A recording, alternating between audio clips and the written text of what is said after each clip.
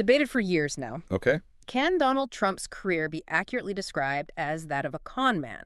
We're going to be examining this through excerpts from articles that analyze his business practices, political maneuvers, legal issues, even his impact on American politics as a whole. Okay. So is this just politics as usual, or is there something more to this con man label? Well, I think we need to carefully stick to the information presented and explore a range of viewpoints without endorsing any particular perspective. Absolutely. Our goal is to equip you with information, not tell you what to think. Right. So let's start with a framework that's mentioned in several of these articles. Okay. The dark triad of personality traits. Yes. These traits, psychopathy, narcissism, and Machiavellianism, are often associated with con artists. Yeah, and it's fascinating how these traits might manifest in real-world behavior. Okay. Psychopathy, for example, involves a lack of empathy and remorse. Imagine someone who could lie convincingly without a shred of guilt. Yeah. That's a classic psychopathic trait. Okay, I see where you're going with this. Yeah. Now, what about narcissism? We hear that term thrown around a lot these days. Right. What does it actually mean in this context? Think about a person with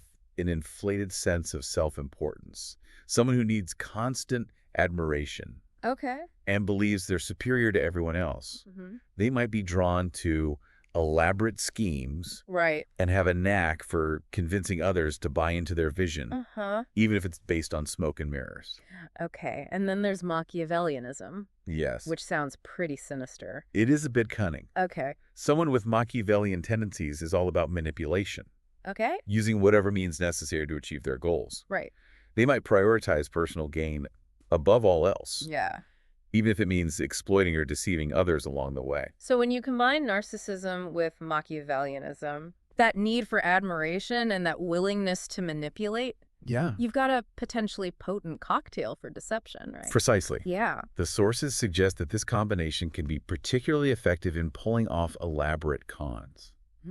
Think about it. Have you ever encountered someone who seemed to effortlessly climb the ladder, Yeah. leaving a trail of broken promises and disgruntled colleagues? Someone whose charm could disarm even the most skeptical observer. Right. Could those dark triad traits be at play? Yeah, it's a good question. It's worth pondering as we delve into Trump's career and examine whether these traits might be reflected in his actions. All right, let's do that. Let's shift our focus to Trump's business ventures, particularly those that ended in controversy. Right. We've got Trump University, the multiple bankruptcies, Yes. even the sale of what some might call questionable merchandise. Ah, yes. The Trump Bibles and never surrender sneakers. Right. The sources highlight how these ventures often followed a pattern, attracting investors through Trump's celebrity, promising extraordinary returns, then ultimately failing to deliver, leaving others holding the bag. And it wasn't just that these ventures failed. Right. It's how they failed that raises eyebrows, right? Exactly. The sources point to a pattern of behavior that goes beyond simple business miscalculations. Take the Trump University case, for example.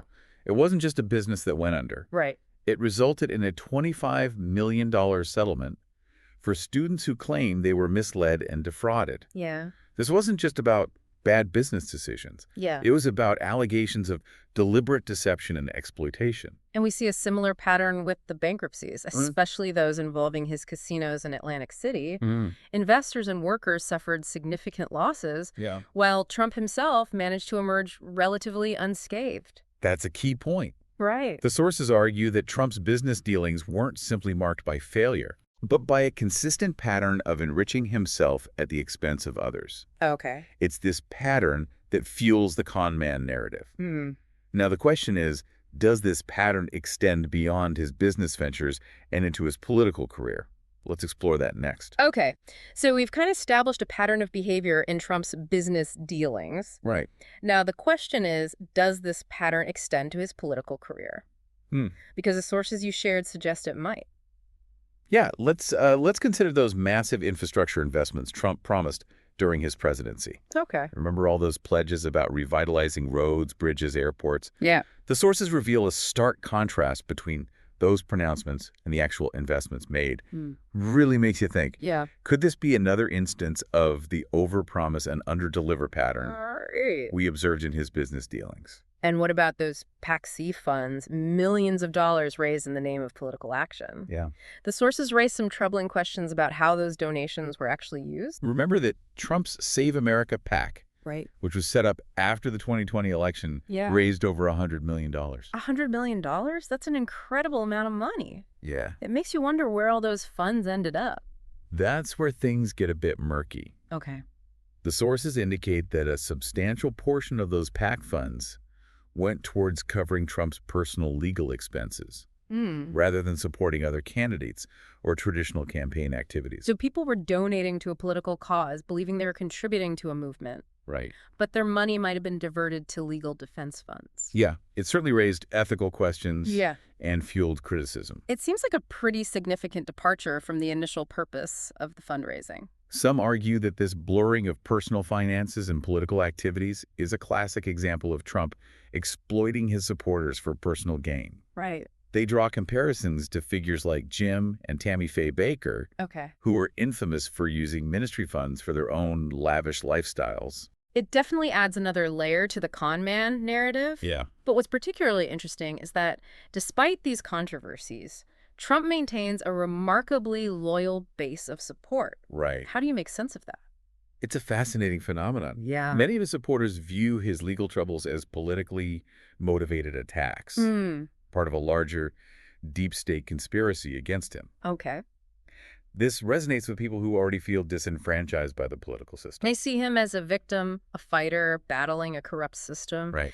It's almost as if the more he's attacked, the stronger their loyalty becomes. It creates a powerful us against them dynamic, Right. fueled by his messaging and his ability to tap into that sense of grievance.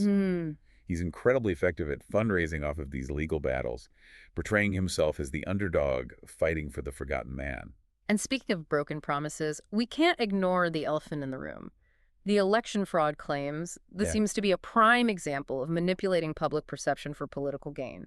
Absolutely. The big lie, as it's come to be known, Yeah. has had a profound impact on American politics, sowing seeds of doubt about the legitimacy of elections. Even though these claims have been repeatedly debunked, Right. they continue to resonate with a segment of Trump's base. It's almost as if facts don't matter in this alternate reality. Right. This is where the discussion gets even more crucial, Okay.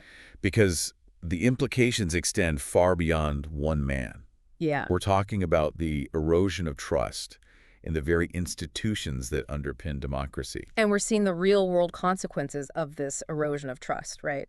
Yeah. Increased political polarization, attempts to suppress voting rights, and a rise in political violence. That's a disturbing trend. Yeah. Makes you wonder, Yeah. what happens to a society when a significant portion of its people lose faith in the systems that are meant to represent them? Yeah. Where do we go from there? Yeah. It's a sobering thought. And while it's important to acknowledge the complexities of this issue, Right. it's also crucial to recognize that Trump's tactics have played a role in shaping this situation. The sources you shared point to a shift within the Republican Party, Okay. where loyalty to Trump seems to have eclipsed traditional conservative values. It's as if he's created his own brand of politics. Right. One that prioritizes personality and loyalty over ideology or policy. And that has significant implications not just for the Republican Party, Right. but for the future of American politics. This raises another crucial point. Okay. How has Trump managed to turn his legal battles into a fundraising bonanza? It's almost counterintuitive, isn't it? Yeah. You would think that being embroiled in legal trouble would harm someone's fundraising abilities. Right. But in Trump's case, it seems to have had the opposite effect. Yeah. It really is remarkable, isn't it? Most people try to avoid legal trouble. Right. But for Trump, it seems to have become a powerful fundraising tool. Yeah, the sources you shared highlight a fascinating pattern. Yeah. Every indictment, every legal setback, Seems to trigger a surge in donations to Trump's campaign coffers. it's like his supporters rally around him even more fiercely when he's under attack. It's almost like a paradox. Right. The more legal trouble he faces, the more money flows in. Yeah. And that financial war chest, in turn, fuels his ability to challenge the legal system. Yeah. Do you think this cycle could ultimately shield him from accountability? That's a very important question. Yeah.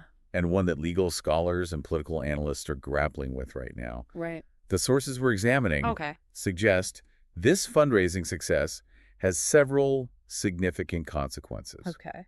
For one, It's enabled Trump to mount a very aggressive legal defense, Mhm. hiring top-tier lawyers and delaying proceedings potentially for years. So it's not just about influencing public opinion. It's about potentially impacting the legal process itself.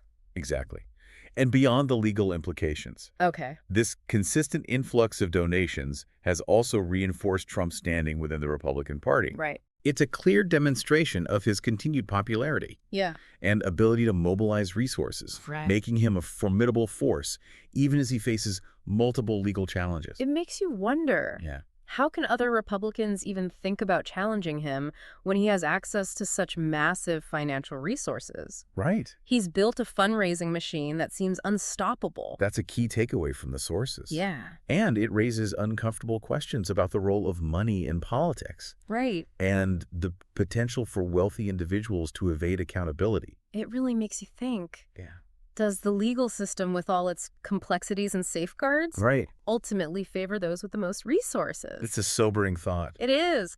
We've gone deep into this question of whether Donald Trump's career can be accurately characterized as that of a con man. Right. We've explored the dark triad of personality traits, Uh-huh. his controversial business practices, Yeah. those political maneuvers that raise eyebrows, his ability to maintain a loyal base of support, even in the face of scandal, Yeah. and the impact of all this on American politics as a whole. Right. It's been quite a journey. It certainly has. And I think it's important to reiterate Yeah, that we haven't been trying to tell you what to think. right. We've simply presented the information from the sources you shared. Right. But ultimately, it's up to each individual to draw their own conclusions. Do you think Donald Trump's career fits the con man label? Yeah, that's a question. That's a question only you can answer based on the evidence we've discussed.